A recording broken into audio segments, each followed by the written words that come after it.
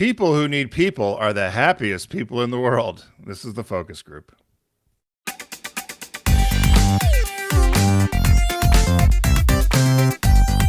They're all business, except when they're not. It's the Focus Group with Tim Bennett and John Nash.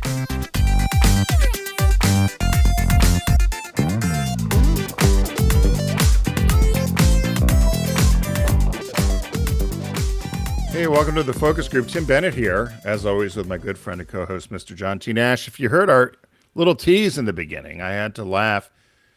In our shop talk, we're going to talk about happy people, and there's a Harvard study that's going on at 1930-something, whatever the study came out. They've gotten more mileage out of, as we have. They've gotten more mileage out of that story. They're always finding something about people, and about happiness and the key to life and the key to longevity and all that. So in our shop talk segment later on in the show, we'll reveal what the fact that people need people, I guess. Why am I thinking of Barbra Streisand? It is Barbra Streisand song, yeah. I had friends of mine who used that as their wedding song, which I thought was a little bit, I don't know.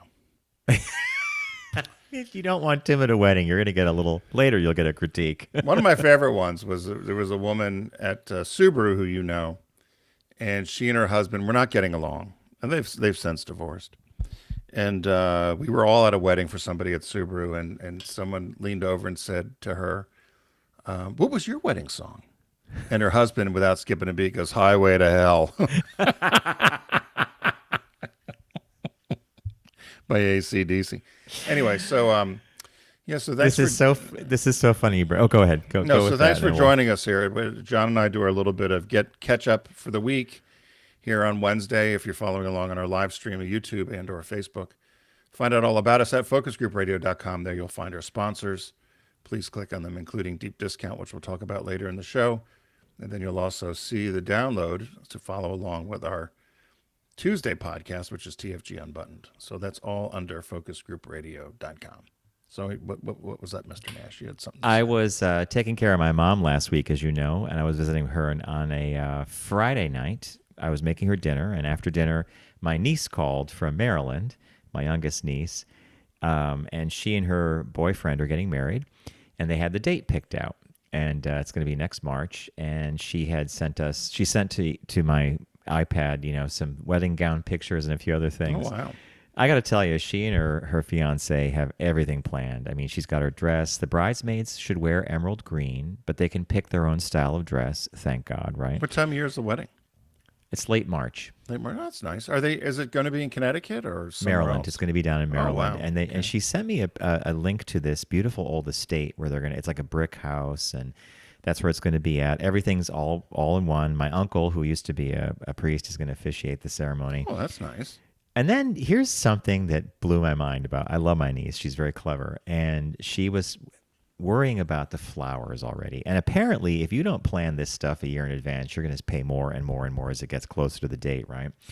She is renting silk flowers. Not only her bouquet, but all the arrangements and all the tables are going to be these silk flowers. And so I said, I guess that looks... She sent me a picture. I couldn't tell you the difference between real or fake. And here's the greatest thing. When you're done, they go away and they don't have to get tossed or taken. And it's a fraction of the price of as if you went to a florist. That's interesting. Somebody on Shark Tank was trying to sell that service. I wonder if this is the same group. They also were trying to sell the service of cakes as well. In other words, they were going to do these enormous fake cakes. And then That's clever. Right. That's and then clever. Then regular cake would just be cut in the back and brought out. So my young niece says to me, she goes, and as far as the dessert service goes, we're going to do dessert buffet, and we're going to just go to Giant and buy a cheap cake and decorate it and make it look nice to cut it for the wedding cake, but I don't want to spend everything on that big cake. And I just thought about it for a while, and I thought, I had friends who did that too. They had a small wedding cake that was just meant for the ceremony of cutting it. I just think that's more practical, don't you? Oh, I think the whole thing is practical. I think here we go again. I think far too much money. People spend a lot of money on weddings, and you often hear people say to the bride and groom, the father particularly or whatever of the bride, who ends up having to pay for these things. Yeah. How about we give you a down payment on a house? Yeah. Which if I was the kid, I would far take that. You Yeah. know, I would take a down payment down on a house versus having spend $150,000 on some over the top wedding. I mean, some of these weddings can be outrageous. They're crazy. So my mom's listening to this call, and she said, "Oh, this is going to be so wonderful. What a wonderful day, and you're going to be happy forever after." And then for some reason, like diarrhea of the mouth, I simply come out and say, "You know, honey, 50% of weddings or 50% of marriages end in divorce." I said, Debbie "Let's just Downer, hope-" Uncle John. and that's what my niece actually said to me. know. She goes, "Oh, thanks." She knows me too well. That's why. You're bringing in all the practicalities of poor things excited about her marriage. You know, just don't. Get Oh, if we're going to talk about facts. yeah, don't get too excited about the marriage. Most end in divorce. Yeah, and my mom just looks at me like, why would I even say something like that, you know, on the eve of all this great stuff happening. So, Well, that's wonderful. Now, is your other niece? she has a Getting wonderful ready to get boyfriend, and you know, who can say? We'll see how that relationship. Yeah, both progresses, of but- mine are like that too. That who can say? Both She's have nice happy. boyfriends, but Yeah. Well, no dates. my youngest one, when she sent me a picture of her engagement ring, she had her hand in front of her, and in back of her was a double-decker bus, and what appeared to be like buildings in Leicester Square, right? So I'm like, are you and your boyfriend in London? She goes, no, we're at the Harry Potter's Wizarding World in Universal Studios. So it's like, okay, they love Harry Potter, so. Well, there you go. And it was a big rock. It was a big diamond. I was like, good job done there. You know, you got to get that one right? You got to get. Now, the does she engagement live in ring. Maryland now? Yes, she does. She works for Axios, actually. Oh, And that's interesting. Yeah, super. Because I sent her a note. Remember, did I share the? You're reading that a book. You're reading a book. Yes, from, it's called The Power of Brevity, and it's by Jim Vandehei, one of the owners of Axios and founder of Politico. The book is short because it's about being short, but it's a really targeted. And I mentioned the book to her, and she said, "You know, we're all supposed to write emails and reports like that. We're supposed to follow the principle of brevity." And I was like, "Really?" She says, "It works quite well." She goes, "You believe me? You and I are familiar with this because Tim and I are working on a couple of big client projects, and we wonder how the people we work with absorb the information that's being dumped on them in 60-page PowerPoint." Well, you said you must get paid. They get paid by the page or paid by the by the word. Yeah. No, you know, in a lot of those PowerPoints, I know years ago when you would get a PowerPoint, there's usually an executive summary at the back, and so you would go just right right to to the there. back. Well, because that's what you want to know. What happened? You know, you can go through all this reams and reams of research, but at the end of the day, tell me what the issues are. They bring that up in that book I'm reading, The Power of Brevity. And in fact, one of the authors said, why even put all that in there? If the client asks you for all the backup, he said, but 9 times out of 10, they're just going to want to get to the core of the matter. What did we learn? 2 pages, done. Right. Why are people buying the car or the widget or the service? What are they doing? Well, they're buying it for A, B, and C. Oh, okay. Mm-hmm. They're not buying it for X, Y, and Z. Well, then how do we fix that? And that's the end of the story. Yeah, totally. In my opinion, anyway. And you and I, Tim and I grapple with this all the time when we work with our clients. We're wondering, are they? It's like Charles Dickens. Dickens used to write by the word or be paid by the word. That's why things like A Christmas Carol, Nicholas Nickleby, all these stories are really long because it was a serialized column every month or every week in the London Times or something. So I guess then you get used to writing, and I guess it shows that you're doing your work or something. The more I don't know. I fired an agency that charged by the word. You're not kidding, are you? They actually charged by the word. It was a PR firm, and they were hired by one of my employees, and we had gone out to an event in Los Angeles, and you understood the super executives, so you know where I'm going with this. But they would change their speeches right up into the last minute, and they'd get loaded into the teleprompters, and then they would, deliver the speech. And people and vendors who worked with us just understood that's the way it goes. Well, this new PR firm they hired, every time they made a change, it was $15 a word. Oh my God. So if they changed or the or to or for or added an S or changed a sentence around, every movement was $15.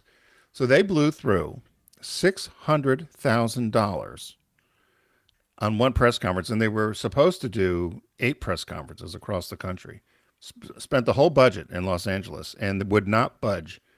And I said, you know what? I said, this is the first project and the last project you're ever going to work on with us. Well, what about Chicago? What about New York? What about, I said, no. Well, that's how we operate. I said, well, that's fine, but that's not how we operate. And so then I ended up hiring our friends, Adrian and Reber, to help us out with Roger to fix the problem. And they did it for us and fixed it and got everything up and running. But and it was one of those things where because we had a good relationship, they were able to do what they needed to do, and we took care of them later. But yeah, imagine $600,000 on one press conference. This is like business 101. We hired a research firm once to do research for Subaru, and we were doing qualitative focus groups, street intercepts, and a couple other things. And the bill came in, and it was at least 10 or 15,000 more than or I think it was about 10,000 more than we had actually budgeted for. And they knew the budget. We had here's what you're going to do. Here's the scope of work. The guy came in to collect the check, and he sat in front of me, and he said, "Are you happy with the?" I said, "Oh, we were not as happy as we should have been with the product. Let's put it that way. A, B." Greg was furious, my business partner, because he's like, "Who does this? Who overspends the budget, doesn't tell us, and then thinks because we're working for a big corporation that they're going to just step in and pay it?" And so he comes in, he sits down, I hand him the check. He goes, "What's the next project going to be?" And I said, "Hey, I hate to tell you this," I said, "but you went way over budget, and we just can't have that happening. And they're a big company; they could afford it." And I remember Greg just looked at me because we used to have like partners, like he could look across and see me, and he just raised his eyebrows like, "What?" And he leans around and he says to this guy, he says, "No, we budget it, they approve it, we get paid what they." He said, so Greg said, effectively, we've made nothing on this project. We're happy to pay you, and you did a great job, but as an agency, our thing was wiped out. And he just sat there holding the check. And then of course, it sank in. He says, "Oh," he goes, "I'll probably never do work for you again." I'm like, "Good to see you." Is he still doing research? No, out of that game. Yeah. That's a tough game. Research is a tough game, although I see some research that comes across, and I like research because I think a lot of it with numbers and predictions and behavior is interesting. But of course, the quality of the research depends on what human being is, being asked the questions, like a typical consumer, air quotes. And then, of course, there's the moderator and the researcher who collates the data. But I agree with you. I wonder if Hazel's still doing that. I don't know. Hazel Khan. But people would say, "I don't know. I like that ad. Is it? Is that a car?" I don't know. Well, what do you mean you don't know if it's a car? I know this bird. I've seen this bird before. It's a bird. It's a bird.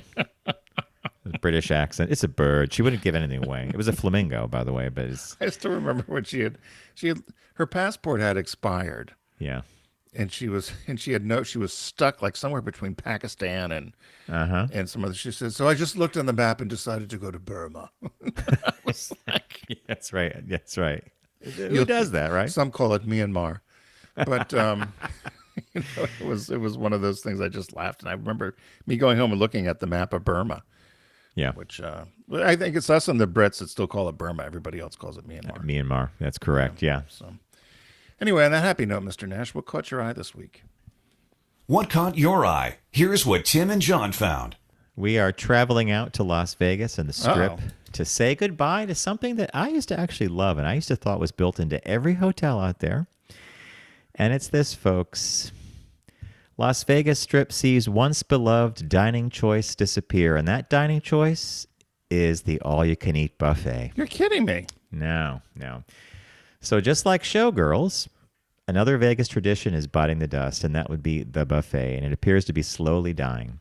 You can blame COVID, but the reality is that the beginning of the end for most buffets happened well before tourists began to question whether serving themselves out of shared steamed trays was actually a good idea. I remember the buffet at Luxor. I remember breakfast with Andrew. Tim and I would get eggs and something else, and Andrew would come back with Belgian waffles, ice cream. Was that a buffet? Because I was trying to remember, everybody always said, "Oh, the buffets were cheap in Vegas." You and I don't think you and I went to, we couldn't really find them. Some buffets, but we mostly went to restaurants with waitress service. Yeah. So, yeah. COVID caused a lot of buffets to close around the country, and many have not come back. In Vegas, the trend had been moving away from traditional low and mid-price buffets even before the pandemic began. It's this was a technique that the casinos used to use, to get you in to play and to stay. Yeah. So offer cheaper, close to free food, and you're there for the You're thing. gonna stay and gamble. The only buffets, only on the Vegas Strip itself, only 8 buffets remain. The Bacchanal at Caesar's Palace, the buffet at Bellagio, Wicked Spoon at the Cosmopolitan, the buffet at Wynn. I mean, of all of them, the Wynn has the most boring one. It's called the Buffet, right? The buffet. And the MGM Grand Buffet, the buffet at Excalibur, the Circus Buffet at Circus Circus, and the buffet at Luxor, where 18 once stood, casino.org reported. It's worth noting that Bacchanal at Caesar's Palace, the buffet at Bellagio, Wicked Spoon at Cosmo, and the buffet at the Wynn, and the MGM one are all high-end. They're not your old school $20 or $30, all you can eat, load up the plate thing. Some of these places charge $100 for the buffet per person. Oh my gosh. So at that point, you might as well just do, can I please have a menu kind of thing, right? Wow. Yeah, that's a lot of money. So what they've done in their place is now as they adapt to this removal or the fading away of the old Vegas buffet, they're doing something called food halls. So a food hall would have either a couple of different stations, like maybe it could have, Italian, Asian, whatever the food could be. And I think they work with, their own chefs will do this. But Tim, do you remember when we were at the Luxor one year, we interviewed the chief chef or the master chef for the whole thing. And do you remember how I asked him one day, like, how many eggs they go through? And it wasn't a trade secret, but it was one of those things where eggs were a huge, because he said, not only do we have to have eggs for people that are ordering, but we also have to have constant eggs for the buffets. Was it 3,000 dozen a week something or like something? that. It was some crazy amount. And it was a huge number. I was like, wow, where they talk about sourcing that. So that's what caught my eye, is that now food halls are going to pop up offering some higher end selections and some different things besides just traditional buffet stuff. In some cases, you can sign up for these food halls in advance, and you'll get a QR code on your phone. So you just walk up and you could scan the code and either be charged later, or maybe it's part of a larger charge on your bill. But gone are the days of walking up and saying, hey, I haven't had sausage in like 10 years. I think I'll have sausage. Well, even when you and I did a lot of work with Vegas, food was expensive. But I had a friend. Yes, it was. We have a mutual friend, Marianne, who just came back from Vegas.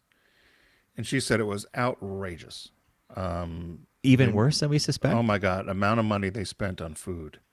And not extravagant. They had a couple of nice dinners, but it was expensive. Which you and I know that you and I couldn't get away with lunch for under $150. Even if you got a turkey club and I had like a grilled chicken Caesar, it was always like $75. $30. So, but Vegas is. And we don't expensive. gamble, Tim. So we were definitely helping those casinos. Yeah, very much so. So that's a good story. We'll have to keep an eye on that one. I wonder if the shows are going to start dwindling close too. Well, they're expensive. We had, as a sidebar, we wanted to see the B-52s at the Venetian. It was $500, $600 a ticket. I couldn't find a ticket, and I tried for under $300 in a decent seat. Yeah, that's a lot of money, right? It's a lot of money to go to any concert. I wanted to go see Natalie Merchant in Philadelphia in April. How much? It was close to $1,000. I thought, you have to be a super I'm not going to fan. see Natalie Merton. I'll wait till somebody took video on the phone and posted it to YouTube. You need to be a super fan for that. Yeah, it's crazy. So I was roaming around online and came across this Sunny D. Do you remember Sunny D, the flavorful? I sure orange do. drink? Yeah. I don't think I've ever had it. I'm sure I have. Isn't it a orange drink? It's an orange drink similar to the McDonald's orange drink. That wasn't orange soda. It was an orange drink. Yeah. But so Sunny D, the flavorful orange drink chugged from childhood by millennials, is embracing one of its more collegial cocktail combinations. So there's some controversy. So Sunny D, which was actually developed in 1963, and it said it later boomed in popularity in the 1990s, garnering a loyal fan base because of its tangy orange flavor that is likened to a much sweeter tasting version of regular orange juice. And so this was a real popular thing, particularly with the millennials of Sunny D. And it was a beverage that was marketed by the Harvest Hill Beverage Company and marketed to kids. They're the same ones who also had Juicy Juice. Oh, And juicy. Yeah, sure. Okay. so they would market these brands to kids. And so now people are upset. And this actually started in Canada, but the controversy is all over the place now. That Sunny D had asked their consumer base what sort of brand extensions they like, and everybody came back with they'd like one of these canned cocktails, like a vodka or a seltzer. You and I did that once years ago.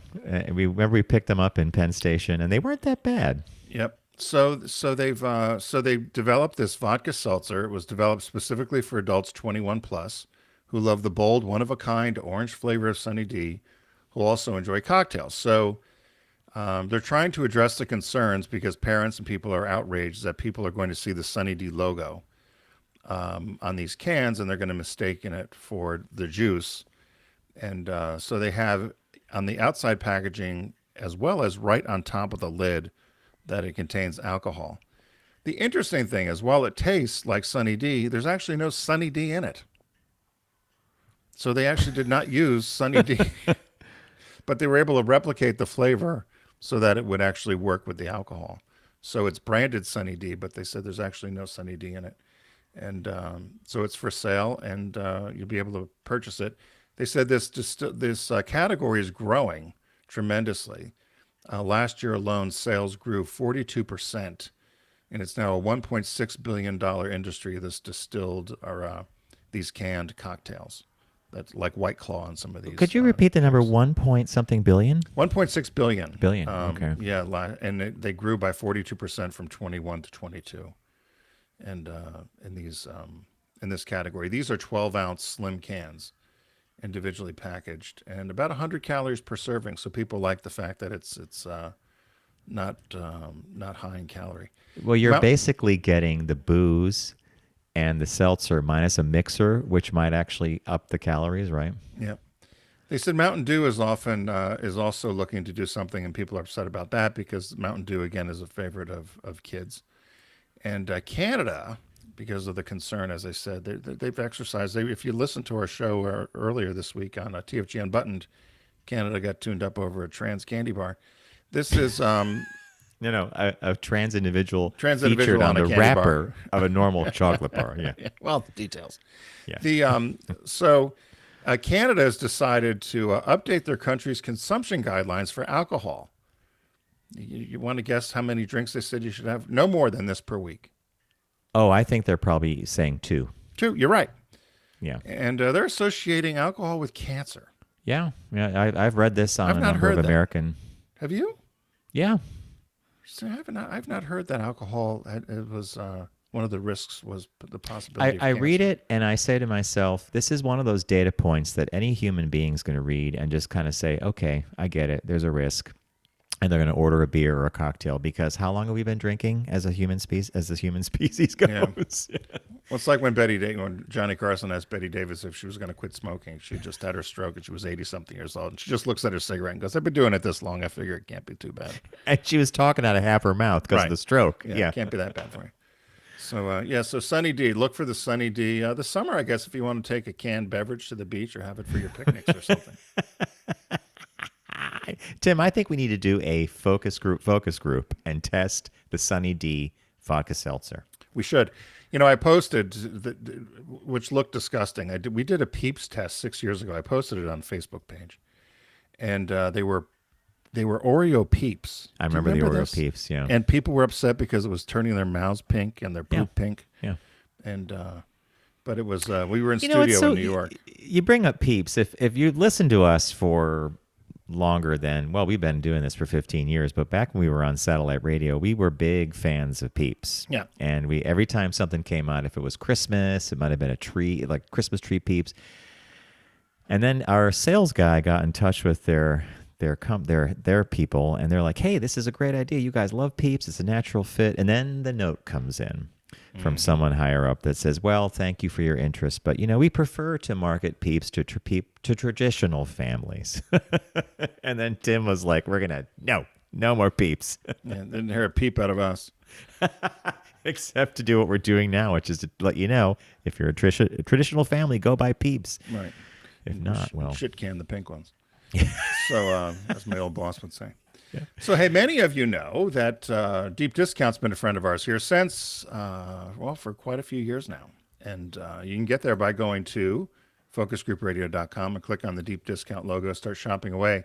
They've got a spring site-wide sale going on all this month. And we've been able to have a lot of fun cruising through the entire site looking for great deals.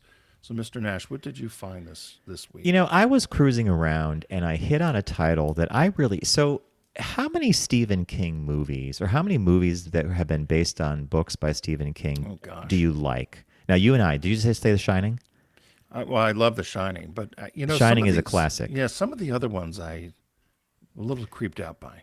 I'm not a big fan of some of the ones, except this here. This is The Dead Zone. And if anybody remembers The Dead Zone, it came out in, let's see here. What does it say? Well, it says 83. It was released in 83. Okay, so this stars Christopher Walken as a man who has a car accident and goes into a coma for a prolonged period of time. And when he comes out of the coma, he has this ability that if he touches someone, like shakes their hand or holds their, it makes contact with them, he sometimes gets these vivid, lived visions of their future, which is kind of interesting. And I love this movie. I thought it was really well done because it's more psychological than anything. There's no, people aren't getting shot or there's no ghosts. It's and it was directed by David Cronenberg. Christopher Walken plays Johnny Smith, a school teacher who awakens from a 5-year coma to discover he has the ability to see a person's future simply by coming in physical contact, as I said. When Smith is recruited to help the police solve a murder, the horrific psychic visions he experiences makes him wonder if his new abilities are a gift or a curse. So Tom Skerritt's in it, Martin Sheen. It's got a great cast. It's a really tightly directed, good, well-told story, and I think it holds up perfectly today. So I'm recommending The Dead Zone. It's on Blu-ray. You get it for $23.31. I bet it looks like it was made yesterday. That's what I always say about Blu-ray or 4K. They look great. So Dead Zone. Wow. I forget about the Stephen King stuff, but I have to check like, that out. There's like Cujo, there's The Stand, there's been a bunch, but one or two, like Shining and The Dead Zone for me are like perfectly done. Yeah. I found something that I think everyone should get if you're a fan of 80s or 90s movies. It's called The Iconic Films of the 80s and 90s 20 Movie Collections. So this is a box set. It's under $32, which is unbelievable. I agree. And so it's 20 DVDs come in, and I was reading some of the Wait, movies. You said 20? 20. So here's what's included in the set. It's Airplane, 48 Hours, An Officer and a Gentleman, Flashdance, Footloose, Beverly Hills Cop, Better Off Dead, Ferris Bueller's Day Off, The Untouchables, Fatal Attraction, The Naked Gun, Major League, Ghost, Wayne's World, Juice, Indecent Proposal, Tommy Boy, Clueless, Election, and Payback. And I didn't even name them all, but talk about iconic 80s and 90s Tim, movies. did you see and Election? I thought for your collection, no, I did not. Oh, you need to see Election. I believe that is Matthew Broderick and Reese Witherspoon. Yeah, I did not. Brilliant. She plays Tracy, I forget her last name, who's running for like office in school. Okay, you need to see Election. Well, I love Matthew Broderick. Yeah, I love Matthew Broderick. Yeah. But this has anyone from Eddie Murphy, Richard Gere, Costner, Witherspoon, Demi Moore, Harrelson, Douglas Broderick, Cusack. I mean, on and on and on. This is what I love about doing deep dives in deep discount. This is an amazing value. $31. $31.77. Yeah. And you get 20 iconic movies from the 80s and 90s. So if you wanted someone who's a movie fan, or it'd be a great gift, or it's great to add to your library. So you can't, for $31 for all those movies. Can you it's almost like Ron Popeil, or I feel like we should throw in a set of knives or something. Set it and forget it. Set it and forget it. Okay, we do have a new release this week, and in fact, this is a movie. If you watch Sunday's Oscar ceremony, then you are aware that Brendan Fraser, who stars in this week's new release called The Whale, Darren Aronofsky's was the director of this film. Brendan Fraser won Best Actor, gave a very emotional speech, many of us remember him from The Mummy and George of the Jungle and a bunch of movies when he was younger. And Yeah. he fell out of he Hollywood fell out of favor for him for a while because of some stuff that went on that was not good. And he's back, and I'm dying to see The Whale. I'll read a quick description for you. Profound personal tragedy drove English professor Charlie, that's Brendan Fraser, into seclusion and binge eating to the point where now at 600-pound, as a 600-pound recluse, he maintains career through teleconferencing. His desire to reach out to the embittered teenage daughter, who's played by Sadie Sink, he hasn't seen in years, will come with fateful consequences. So it's directed by Darren Aronofsky, and I do believe that Hong Chow, who also plays, I think, a visiting nurse, was nominated for Best Supporting Actress this past Sunday from this movie. So this is The Whale on Blu-ray, and you could pick it up for $16.99. I'm picking it up because I haven't seen it, and it's just one of those films that it's one of those ones that came out, buzz, Cannes Film Festival, the whole bit, and it's this. Was this based on a true story? I don't know, actually. That's a great that. story. A great question. Even if it's not, it sounds like it could be, right? Right. A person who has a tragic event, their body declines, they eat themselves into happiness, the junk eating, whatever. So yeah, I want to see this. So hey, spring site-wide sale, folks, at our partner here, Deep Discount. You can get there by going to focusgroupradio.com and clicking on the Deep Discount logo. Tim picked something I picked The Dead Zone, starring Christopher Walken, directed by David Cronenberg. It was released in 1983. It's one of my favorite Stephen King adaptations. Psychological thriller, love it. Tim picked iconic films of the 80s and 90s, a 20-movie collection for $31.77. We are not adding steak knives. We could maybe even add a toaster for this one, but what a bargain. 20 movies, $31.77, 80s films. And the release this week is The Whale. And Brendan Fraser just picked up a Best Male Actor in this last Oscars for this movie. It was directed by Darren Aronofsky. So go to focusgroupradio.com, click on the Deep Discount logo, and start your shopping. So thank you, Deep Discount. We are going to take a really quick break, and when we come back, we have a business birthday and a shop talk for you. So stay with us.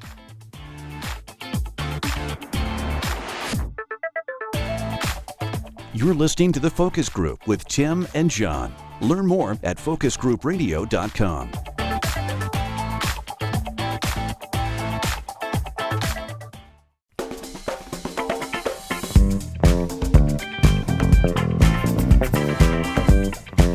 Now back to The Focus Group with Tim and John. Available pretty much everywhere.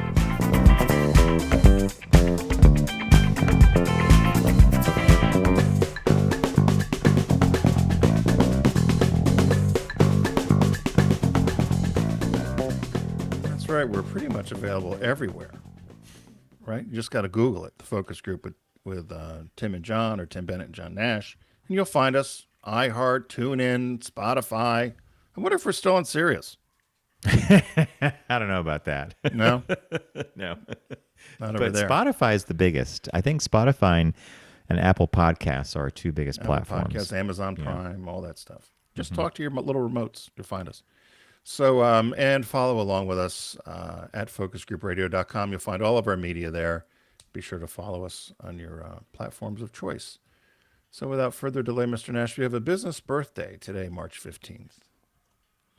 Everyone does celebrity birthday greetings, but the Focus Group is the only show in the universe that celebrates business birthdays. John, I'll be curious if you ever did this during the height of the craze. Alberto Beto Perez, born March 15th. It's his 53rd birthday today. Happy birthday, born 1970. He's a Colombian dancer, choreographer, businessman, and more importantly, he created ZUMBA. Do you remember ZUMBA? I do. The exercise craze. ZUMBA was created in the 1990s and involved dance and aerobic exercise, and it was accompanied by specifically Latin music. And a lot of the movement were associated with the martial arts, moves, squats, lunges, and other aerobic techniques. So Perez was born in Colombia, raised by a single mom who had 3 jobs. He always had a passion for dancing, but he couldn't afford dance lessons. So he won a national lambada contest in Colombia. I think Lambada. I think of Ricky and the club. Yeah. Anyway. So he was accepted in one of California's dance academies, and so came to the U.S. In 1999, he moved to Miami in search of the American dream, it says. And besides teaching aerobics, he also tried to promote this fitness dance routine that he'd come up with. And he tried numerous times to sell this idea, and finally was able to. And the launch of ZUMBA happened. And then at the height of it, it's unbelievable how well some of these ZUMBA studios have done. Could you call it almost a cult? In a good way, like a fitness cult thing? I think so. They said so in 2003, they said he had an infomercial, and he also got some financial assistance to go on TV. And he distributed these DVDs, and they would gain momentum. And he was trying to come up with a name for this program he did. And he took the word Roomba because he wanted to make it sound like Cuban musical genre. So he and his business partner, they began to replace the first letter of Roomba until they landed on Zumba or Samba, which was SUMBA. And they ultimately decided to spell it with a Z because they liked the idea of the Z saying Zumba. Plus, he also liked the fictional character Zorro when he was a child, so he used a Z. In 2006, they established Zumba Fitness LLC. They would sell videos, products, music, licensing, and also put together a network of Zumba instructors. By 2012, they had 110,000 locations. Whoa. 112? 110,000 locations. 110. Wow. Okay. Zumba locations and studios and gyms. 12 million people were taking the classes weekly. They sold 10 million DVDs in 2012 and sold $10 million worth of apparel during the months of the height of it. Currently, it says they employ 200 employees. There are reportedly 14 million people and more than 160,000 locations in 185 countries. These are Zumba practitioners and dance and sing and music fans of the cardio and aerobic workout. They also found that it was one of the best exercises to burn calories. You would burn on average between 300 to 900 calories if you really did it correctly with the Zumba class. And they also had classes aimed specifically for elderly people and things with pools. They went further You would do on the down. weights in the water and stuff like all that, kinds right? of stuff. They said it was high calorie burning. They promoted Zumba as lowering the risk for heart disease, reduced blood pressure, cholesterol, ... They made some people famous with music, including Pitbull, and because they would use some of his music, Latin music. Jennifer Lopez and Shakira were both fans. And I don't know anyone who's doing Zumba now. Do you? A lot of people do this Soul Cycle stuff. Yeah, it's morphed or changed to the next big thing, but this was huge. Yeah, but it's still being done around the world. So in 2019, a Zumba Burn Up was released by Sega and Nintendo. So these were games that you can get to do Zumba games, I guess, on your TV or Game Boy. In 2013, the rabbinical court of the Ashkenazi community of the Jewish faith decided they ruled against Zumba, said that they weren't going to allow female instructors or female participants. They said because of the form and the manner and the activity of Zumba was at odds with both the ways of the Torah and the holiness of Israel and the songs associated with it. So Zumba was banned in Israel. And probably the only two things these two countries agree on, in 2017, Zumba was banned in Iran. So both Iran and Israel had banned Zumba due to religious beliefs. So Tim, I'm honestly struggling to figure this one out. Yeah. A religious ban on people dancing. This is, Zumba, as you were going the Iranians said this, I'll just finish. The Iranians said this was un-Islamic. And they've actually arrested people. In 2017, they arrested 6 people and accused them of trying to change the lifestyle of the Iranian culture by teaching Zumba. They're probably hung. I love that little bump. Well, you see them with the cranes. Well, no, look. Here's so the anyway, thing. It's banned in Israel and Iran. They both Iran. agree so on that. They agree on that. So, did you, when you were pulling this birthday, did you not have a flashback to Dancing with the Oldies? With Richard Simmons, the yeah. idea of dancing to music to lose weight. To lose I weight. mean, We all did it. We all did it in Yeah. college. We all lost weight by dancing. I I don't know why we didn't come up with this. Dancing to the 80s. John, maybe we can do Dancing to the 80s. and we could be a big hit at senior centers. I got a bad knee, but But dancing in the 80s was also expressive. You could use your arms and hands. So you get in Vogue. You do all kinds of things. Actually, I not like a bad this idea, guy. John. I like Beto Perez. He's Beto aged well Perez. too, by the way. Yeah. He's keeping his shape. So that's happy birthday to the creator of Zumba. I'm just And- shocked that it's still going on. And you heard it here, folks. You heard it here first, folks. Focus Group's going to come out with Dance to the 80s. Dancing to the 80s. I was where was I recently? I was sitting somewhere waiting for a friend, and I was reading my iPad, and I had like 15, 20 minutes to kill. I didn't want to go somewhere else, and wherever I was, I'm trying to remember the place that I was at. They had an 80s playlist. And at first it was the jitter, Wham, to do the jitterbug. Then they played something from Tears for Fears. Then it was something from Tina Turner. And, a lot of these songs had the saxophone. Remember how in the 80s saxophones everyone had were a saxophone, right? Every single song had a saxophone. The Eurythmics, everybody. Bruce some Springsteen. Saxophone. Oh, I think the song they played was We Don't Need Another Hero, which was used for Mad Max Beyond Thunderdome. I'm sitting there. I just kept getting happier and happier hearing all these familiar songs. And I just thought, oh, my God. My musical taste is broad, but a lot of the most powerful memories are associated with that time period, right? Oh, yeah. The music. Oh, and then I heard them do the reflex. The reflex. Flex. Do you know what brought? I had a flashback to you and me and Marianne going to a bar in New Haven. Uh-oh. And dancing to the reflex. The reflex is the love. The I forget problem what with the year reflex caught. is you had to speed it up. Mm-hmm. It could be a little slow. Duran. Or as we used to say, Flex. drone. Flex. And this was the kind of thing where, then the last song I heard before I had to leave to get coffee and tea was played by the Fix, Saved by Zero. And I had this vivid flashback to the first time I saw that video on MTV. Yeah. We were at my friend Hallie's house. It was a snowstorm in Binghamton, and she said, "Got to sit down. You're going to love the Fix." I remember being blown away by the song and then going out to some children's playground after having a little bit of the wacky weed and playing on a carousel. Snowstorm. Yeah. I liked Red Skies at Night or One Thing Leads to Another by the Fix. Oh, fantastic songs. Yeah. I think Red Skies at Night is really a great Skies song. at Yeah. Night. Oh. It was them, The Flock of Seagulls, Men at Work, all those. And I ran so far away. Yeah. Telecommunication. Remember that one? Remember we all Anyway, had to we're learn going- what a Vegemite sandwich was? Yes. And you were smart if you knew what a Vegemite sandwich was. Yeah. You're like, oh, it's Men at Work. Men at Anyway. And then we digress. Well, we don't even need to do shop talk.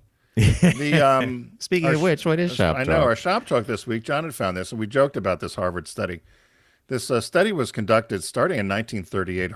Harvard researchers embarked on a study that continues to this day. And so the headline here is an 85-year-old Harvard study on happiness found the number one retirement challenge that no one talks about. So they talk about in this study they had, I believe, the health records of 724 people from all over the world. From around the world. And they've asked very detailed questions over the length of time of these folks, and they keep getting different results, of course, as people have aged or have given the information back to them to find out what makes people happy, what makes people satisfied, I guess, in their career. I mean, you name it, they can ask them, right? Why marriages work, why don't? Mm-hmm. How do you eat? How do you diet? So in this case, though, you had found this one, and you've often talked about this a lot. So I'll let you announce the headline. But so what is it that no one talks about that's the key to happiness? Retirees don't miss working, but they sure miss people. So then you want people around. So when it comes to retirement, a lot of us stress about the financial concerns of growing older? Or do we have enough money? What are the health problems going to be? Who's going to care for us? But people who fare the best, or according to the study that Tim was outlining in retirement, they find ways to cultivate connections and to keep connections going, friendships, acquaintanceships, and yet almost no one talks about the importance of this particular thing, and that's surprising because one participant said that what he missed about being a doctor, someone said, do you miss being a doctor? And he was a doctor for like 50 years, and he said absolutely nothing about the work itself, so he missed nothing about the work, but I miss the people and the friendships. And this came up over and over and over, and when they wrote a lot about it, but Tim and I have literally just nailed it down for you to that. Connectivity with other people, maintaining friendships. It could be a 10-minute call with a niece, a nephew, a friend. These things are the things that made people happier in retirement. And I see it myself. I think, Tim, you've seen it as well with our parents. And, as circles naturally shrink as we get older, Right. Our friendship, making new ones is important. It's not always easy. And, the other part of the study that was interesting was they said hobbies don't necessarily do the trick, do they? No, they don't, because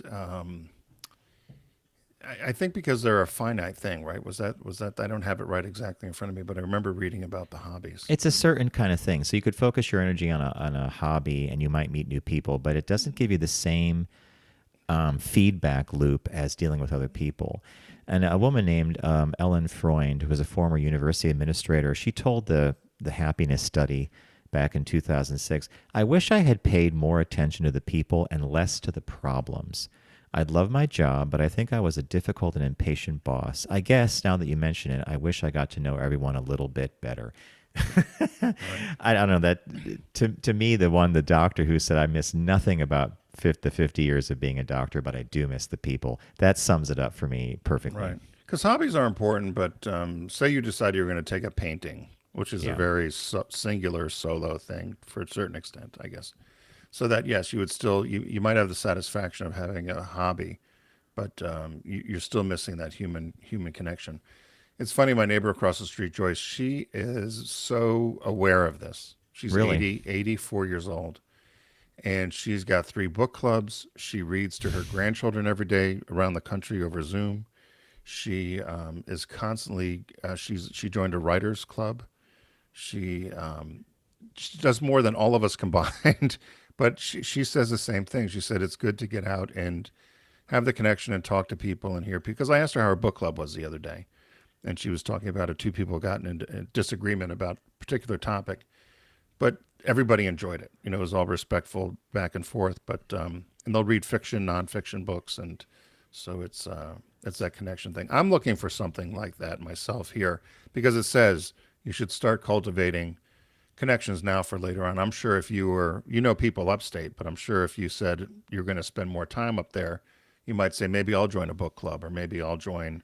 Actually, it's funny you bring this up, because this is top of my mind is intellectual stimulus. Yeah. And that, to me, for me, my world, it comes from micro interactions, people I might see at the gym, whatever. And I'll bring up the gym because I'm now favoring more class situations like yoga or Tabata, or like these. Yoga's an hour class. Some of these other ones are 45 minutes, and I know the instructor, and over time you get to know people, and there's just this casual chit chat. Everybody's in a good mood because they're exercising. And even when I do my strength training or weightlifting, I still see people that I know, and they'll say hello and everything. So the gym for me has always been one part staying healthy and fit, and the other part is definitely a social aspect. And I think about not being in the city for me personally. Like, I could open the window and hear people outside, kids playing, cars are going by. The activity is something that I find very stimulating. So Bob and I have had this conversation a lot about, do we retire to the country where we've had a house and a great experience for 20 some years, or do we stay in town?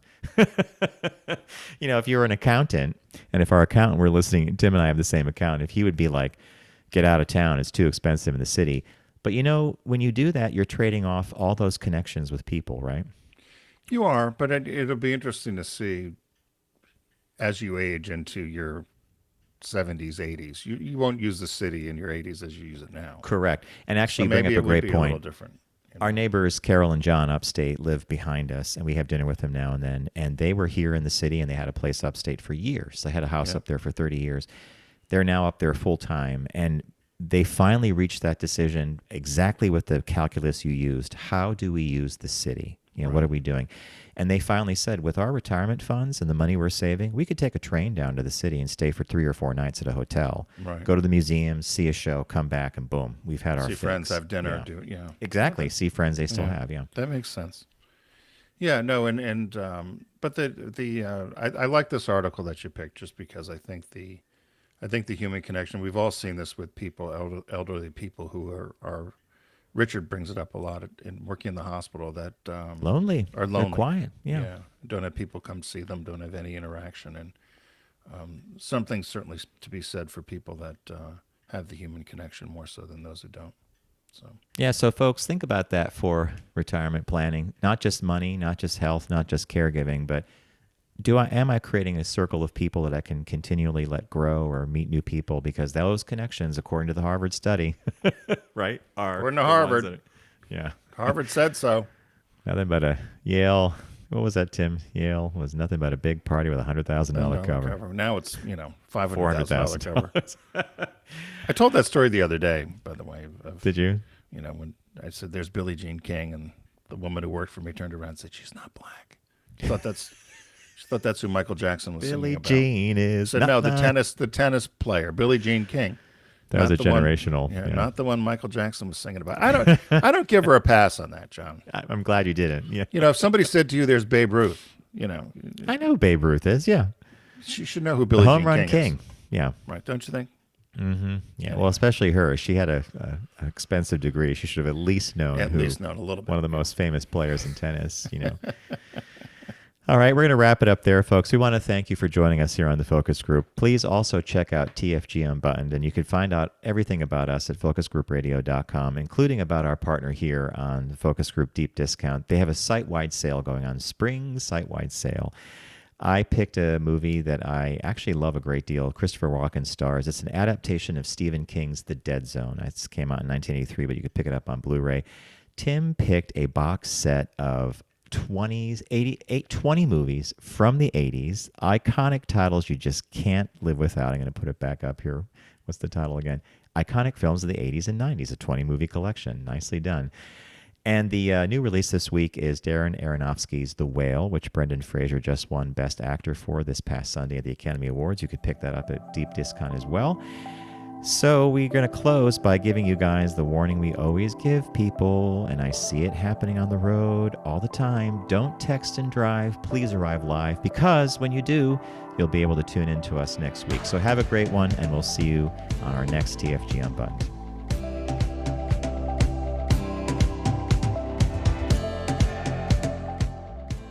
It's the Focus Group with Tim Bennett and John Nash. Accessible on all platforms. Subscribe, like, and rate us on your platform of choice.